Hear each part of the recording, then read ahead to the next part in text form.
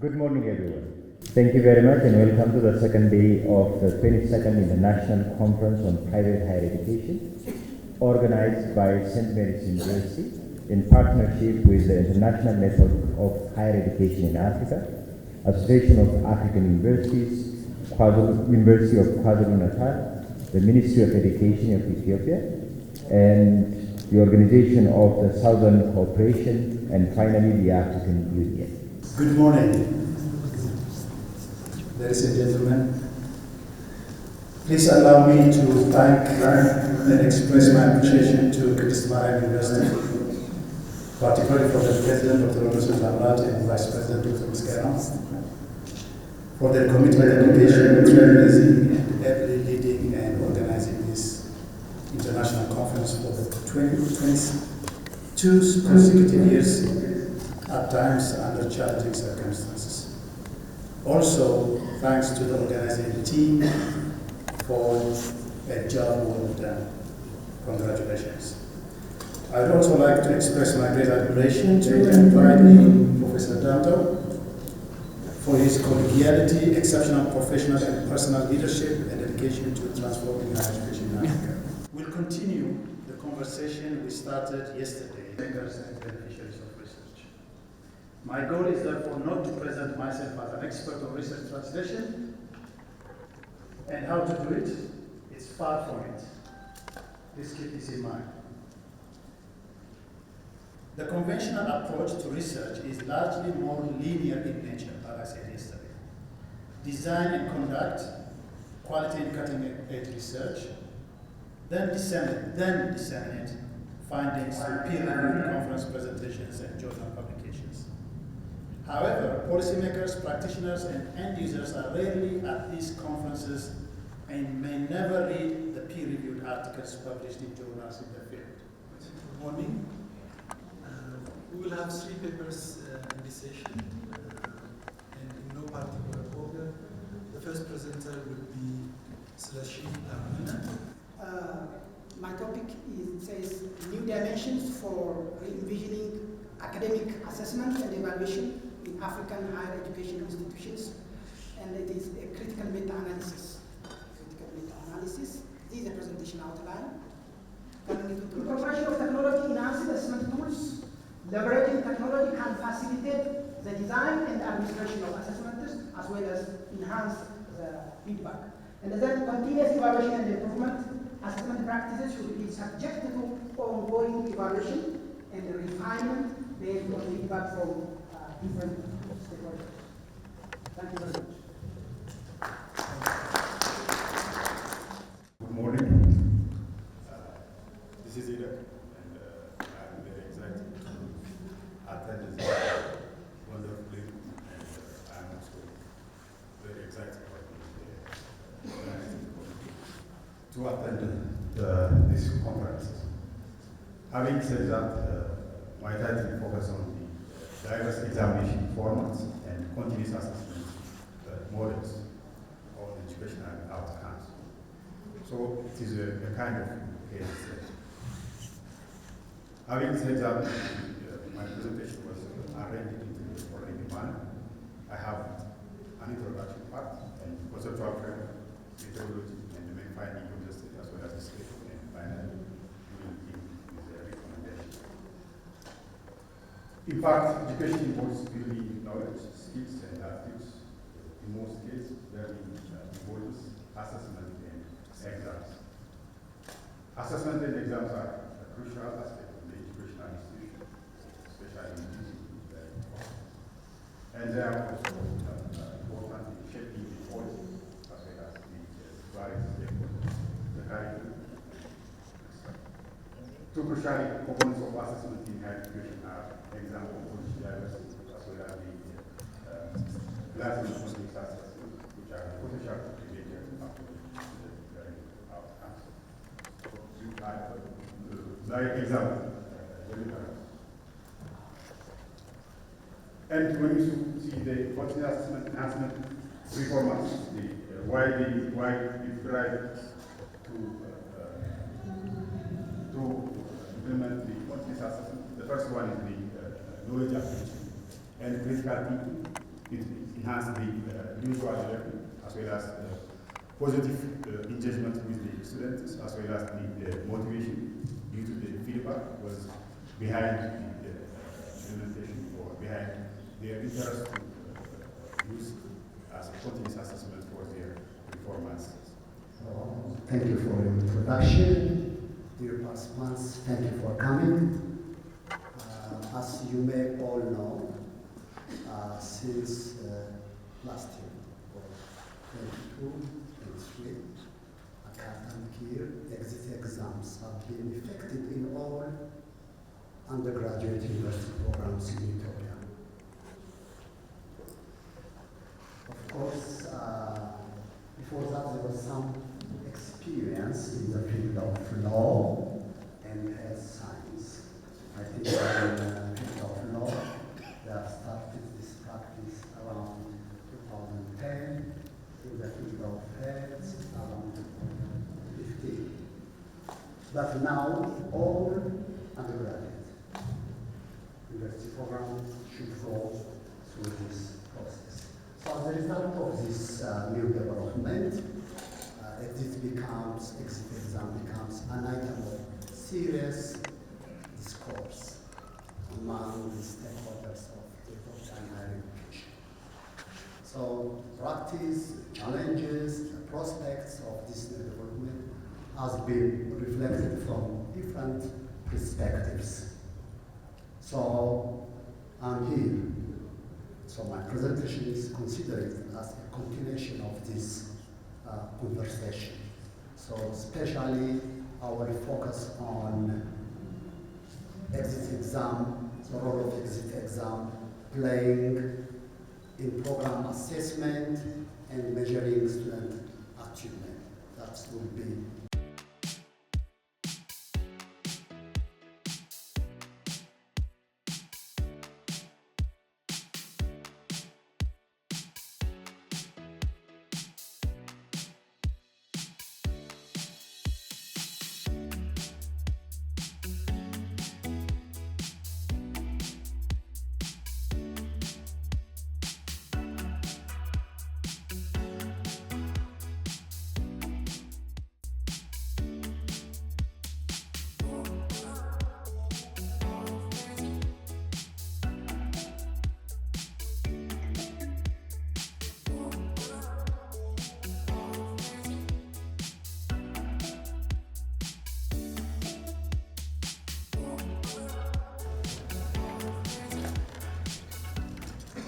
Good afternoon again.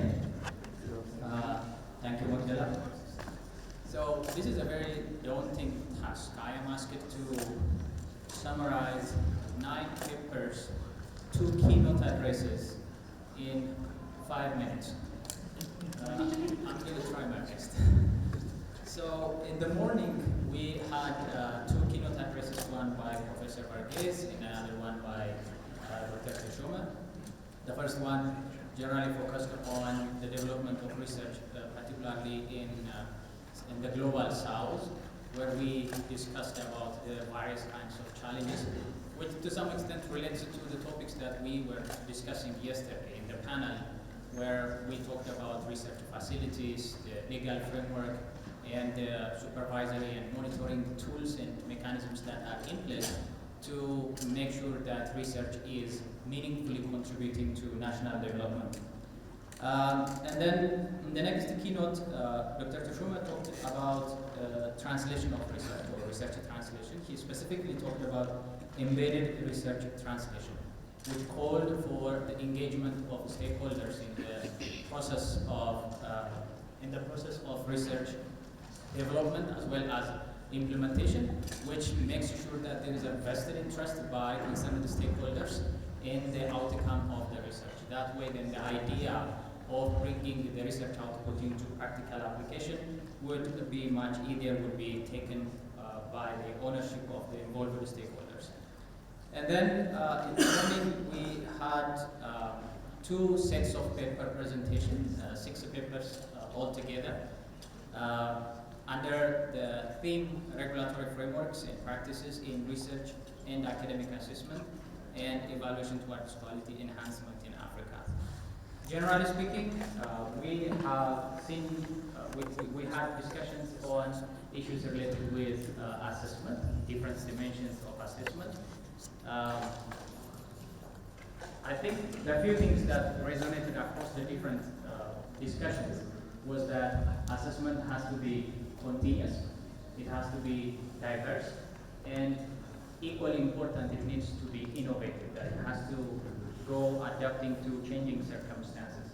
Which in fact leads us to some of the discussion that we had yesterday, as well as in the last set of papers that we have seen relating assessment with technology.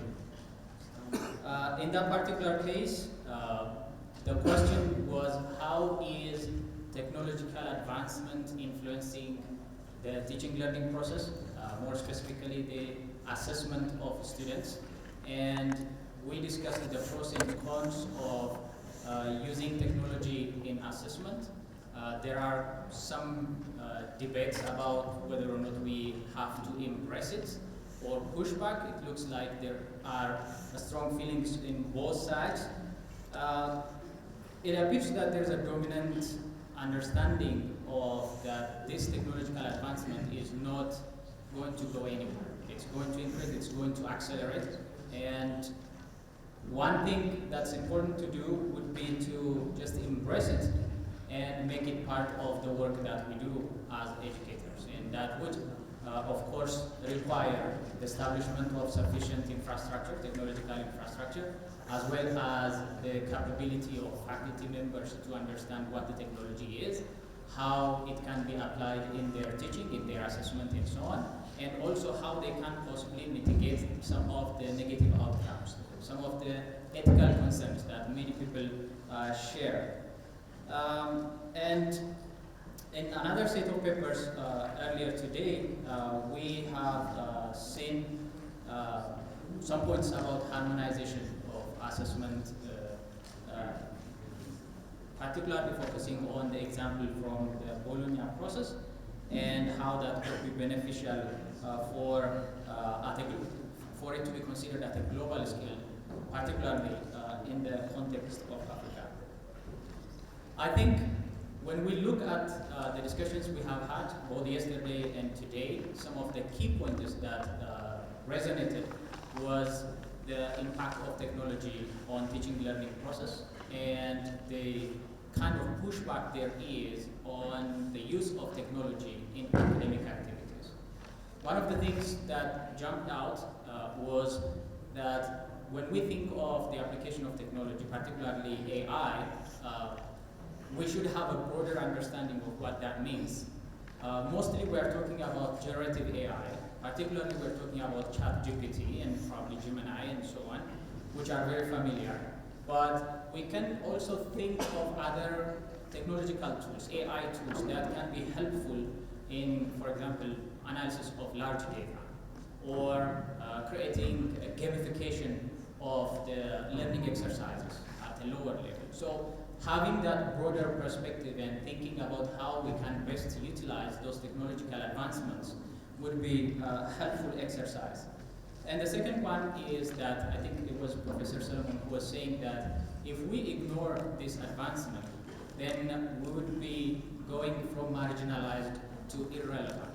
And so with the pace that the technology is advancing, with the pace that it is getting integrated in almost everything, particularly in the industry, then if academics remain isolated, then it is inevitable that we are going to be irrelevant. Whatever we are producing is not going to be relevant for the private sector, for the industry, as they are in a different dimension by the application of technologies and particularly artificial intelligence. So it's important to think broad, and it's equally important to think forward, thinking about how this advancement is going to go in the coming 5 years, 10 years, and how that could possibly mean to the essence of everything that we do. This is my summary, and thank you. Whenever we have a week to summarize, I'm sure we're going to reach out to Dr. Ayman. Thank you very much for that brief summary. The last stop on our agenda is a closing remark, and it will be delivered by the Executive Vice President of St. Mary's University, Ato Tandani.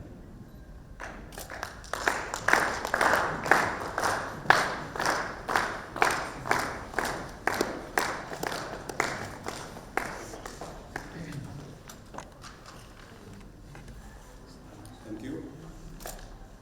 Distinguished guests,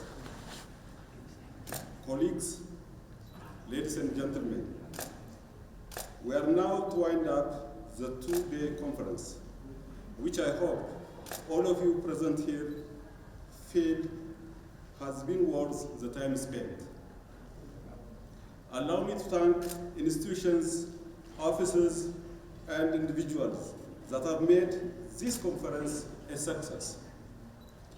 Thanks goes to our partner institutions, the Ministry of Education, the African Association of Universities, the African Union Commission, the International Network for Higher Education in Africa, the University of KwaZulu-Natal in South Africa, and Organization of Southern Cooperation. My gratitude also goes to the panelists and moderators, keynote speakers, paper presenters, moderators, chairs, rapporteurs, and you participants who have enlivened the conference by your active engagement in the question and comments session. While organizing conferences like this one, it involves very many stakeholders. The contributions of Professor Dan Oteferra and Dr. Tashoma Izanga have been immense. The university is highly indebted to them. I thank Dr. Ayenacho Asarfa for presenting the summary of the conference. In the course of organizing this conference, our Research and Knowledge Management Office, led by Dr. Msgana, our VP for Research and International Communication, has labored a great deal with patience and perseverance. Dr. Msgana, who made effective use of his hard-working team, has been untiringly diligent, devoting the whole day, including the evening hours, to the preparation of the conference leading up to this moment of closing ceremony. Of course, to realize this conference, the university has deployed its diverse units. Those critical to the success of the event have been our General Services Office, the Finance Office, led by Ato Dassane Barre, who is the Vice President for Business and Administration, the ICT Support and Development Unit, led by Ato Solomon Bunenya, and assisted by Bethlehem Nasibu from the Institute of Quality and Productivity Management. Members of the Audiovisual Center, you guys over here, the Master of Ceremony, Ato Magdala Magria, the reception team out there, and the secretarial pool deserve our highest gratitude indeed. Last but not least, we thank the Inter Luxury Hotel team, stretching from the car park, the reception, the catering unit, the ICT technical unit, and others who have kept us refreshed during the today event. Looking forward to meeting you next year, I declare this conference closed. Thank you.